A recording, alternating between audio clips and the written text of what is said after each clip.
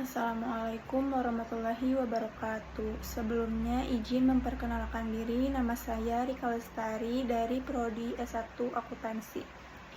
Di sini saya ingin menjelaskan tugas komprehensif MK Pengaudit 1 dan 2. Pertanyaan nomor 1, jelaskan secara mendalam konsep kesenjangan ekspektasi.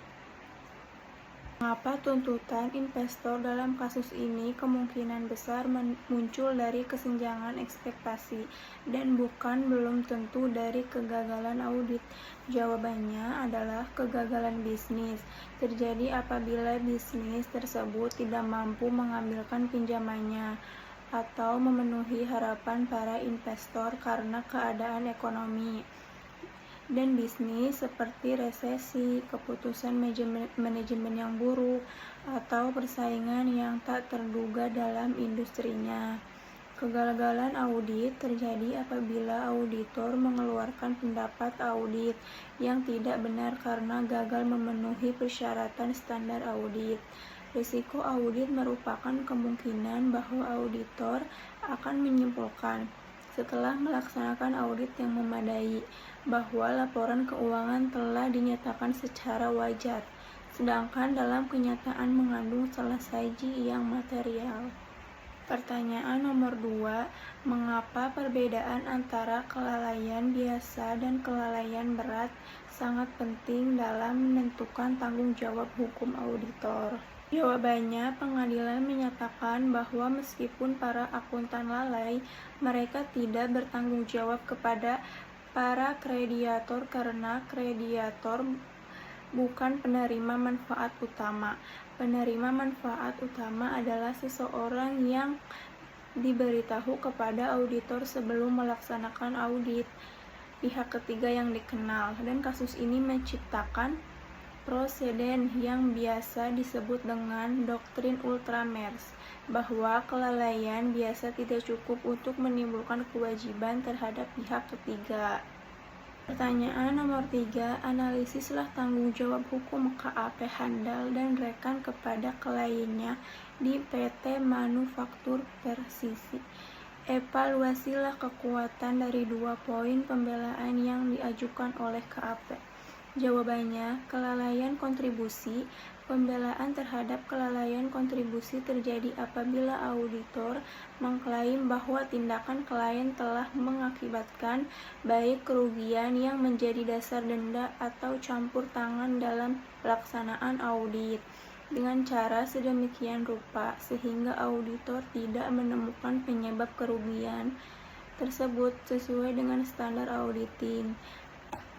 Pertanyaan nomor 4, jelaskan 3 pendekatan utama doktrin dalam yurisdiksi common law mengenai tanggung jawab auditor kepada pihak ketiga atas kelalaian biasa. Jawabannya 1, ada doktrin Ultramarx. Dalam konteksnya, penerima manfaat utama adalah seseorang yang diberitahu kepada auditor sebelum melaksanakan pihak ketiga yang dikenal. Kasusnya merupakan biasa tidak cukup untuk menimbulkan kewajiban terhadap pihak ketiga karena tidak hanya privity. Yang kedua ada doktrin restatement of torts. Pendekatan yang digunakan oleh sebagian besar negara bagian adalah menerapkannya peraturan yang mengacu pada restatement of torts, yaitu seperangkat prinsip hukum otoritatif. Yang ketiga ada doktrin foreseeable. Investasi yang paling luas dari pihak ketiga untuk memperoleh manfaat adalah pengguna konsep. Para pemakai ini sering disebut sebagai kelompok tak terbatas. Pertanyaan nomor 5, jelaskan perbedaan fundamental tanggung jawab auditor dalam konteks IPO dibandingkan dengan audit reguler secara spesifik. Jawabannya, Securities Act of 1933 mengenakan beban yang tidak biasa terhadap auditor. Seksion 11 dari UU tahun 1933 tersebut mengedefinisikan hak pihak ketiga dan auditor yang diikhtisarkan sebagai 3 tersebut. Yang ke-1 adalah setiap pihak ketiga yang membeli sekuritas yang dijelaskan dalam laporan pendaftaran bisa menggugat auditor atas adanya salah saji yang material. Dan yang kedua, ada pemakai pihak ketiga tidak mempunyai beban untuk membuktikan bahwa mereka mengandalkan laporan keuangan atau bahwa auditor telah lalai.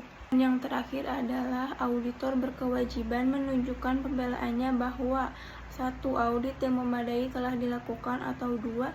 Seluruh atau sebagian dari kegiatan penggugat disebabkan oleh faktor-faktor selain laporan keuangan yang menyesatkan. Pertanyaan yang ke-6, jelaskan tanggung jawab auditor terkait perdagangan saham di pasar sekunder mengacu pada prinsip Securities Exchange Act of 1934 dan Rule 10b-5. Jawabannya, pada tahun 1976, dalam kasus tersebut yang dikenal sebagai kasus UU Sekuritas yang terkenal maupun kasus kewajiban akuntan publik, Mahkamah Agung memutuskan bahwa scienter yang merupakan pengetahuan dan maksud untuk menipu.